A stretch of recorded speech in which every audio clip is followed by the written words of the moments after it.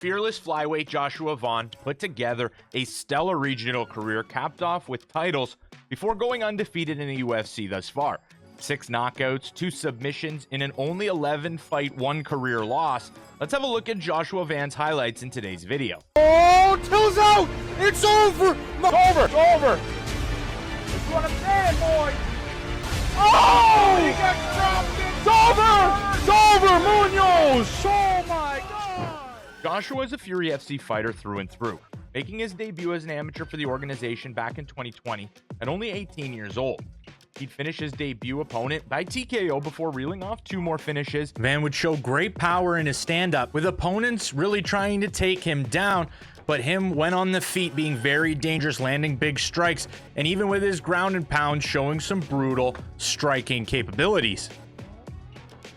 And by 19, he was competing for his first title. An amateur flyweight title fighter, he'd take on Antonio Figueiredo in the main event of Fury FC's amateur series. The contest would go 5 3-minute rounds, and Vaughn would ultimately be rewarded the victory in a close contested contest, with Antonio starting hot, landing massive strikes in the first round. But it appeared to me that Vaughn's forward pressure would take over later in the judges' eyes, and then in the deciding 5th round, Vaughn would take over. Still very closely contested, could have gone either way, but this would wrap up Vaughn's amateur career perfectly.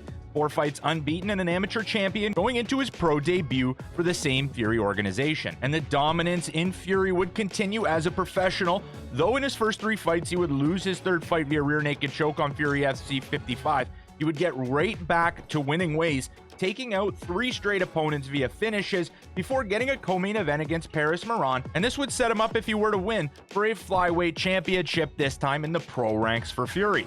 The 7-1 Moran was coming off 6 straight wins in Fury FC, and this fight was a clear #1 contender fight for the Fury title.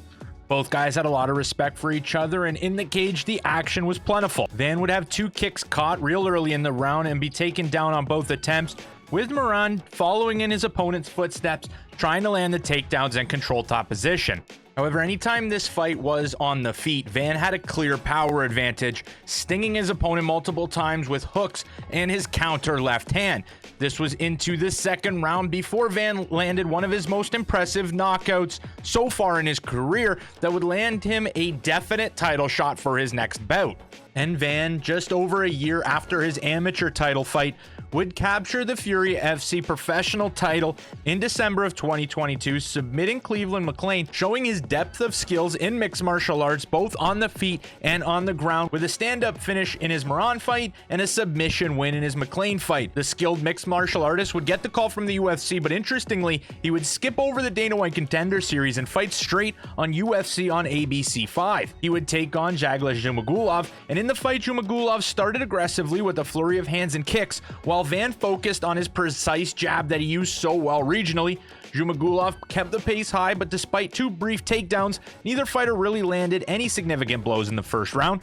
In the 2nd round, Van became more aggressive, landing heavy leg kicks and connecting frequently again with his jab and right cross. He loves that combination, the 1-2 or the left hook, right hook. He hurt Zhumagulov with a head kick and followed with a flurry of punches, but Zhumagulov survived and showed late aggression. In the final round, Zhumagulov was active but wild, while Van maintained effective jabs and precise shots. Both fighters had success, but again, Van's counter punching stood out, giving Van the split decision win in his UFC debut and cementing himself as a UFC flyweight. In his next fight, Van would outdo his significant strike numbers against Zhumagulov, taking out Kevin Barajas with 156 significant strikes, which would land him at #2 for significant strikes landed in a single fight among flyweights all time, which is impressive for it being only his 2nd UFC fight. Van wouldn't find his explosive knockout until his 3rd UFC fight, however. Opening up his 2024 campaign, he landed a brutal TKO finish over Felipe Bunes on UFC Vegas 84.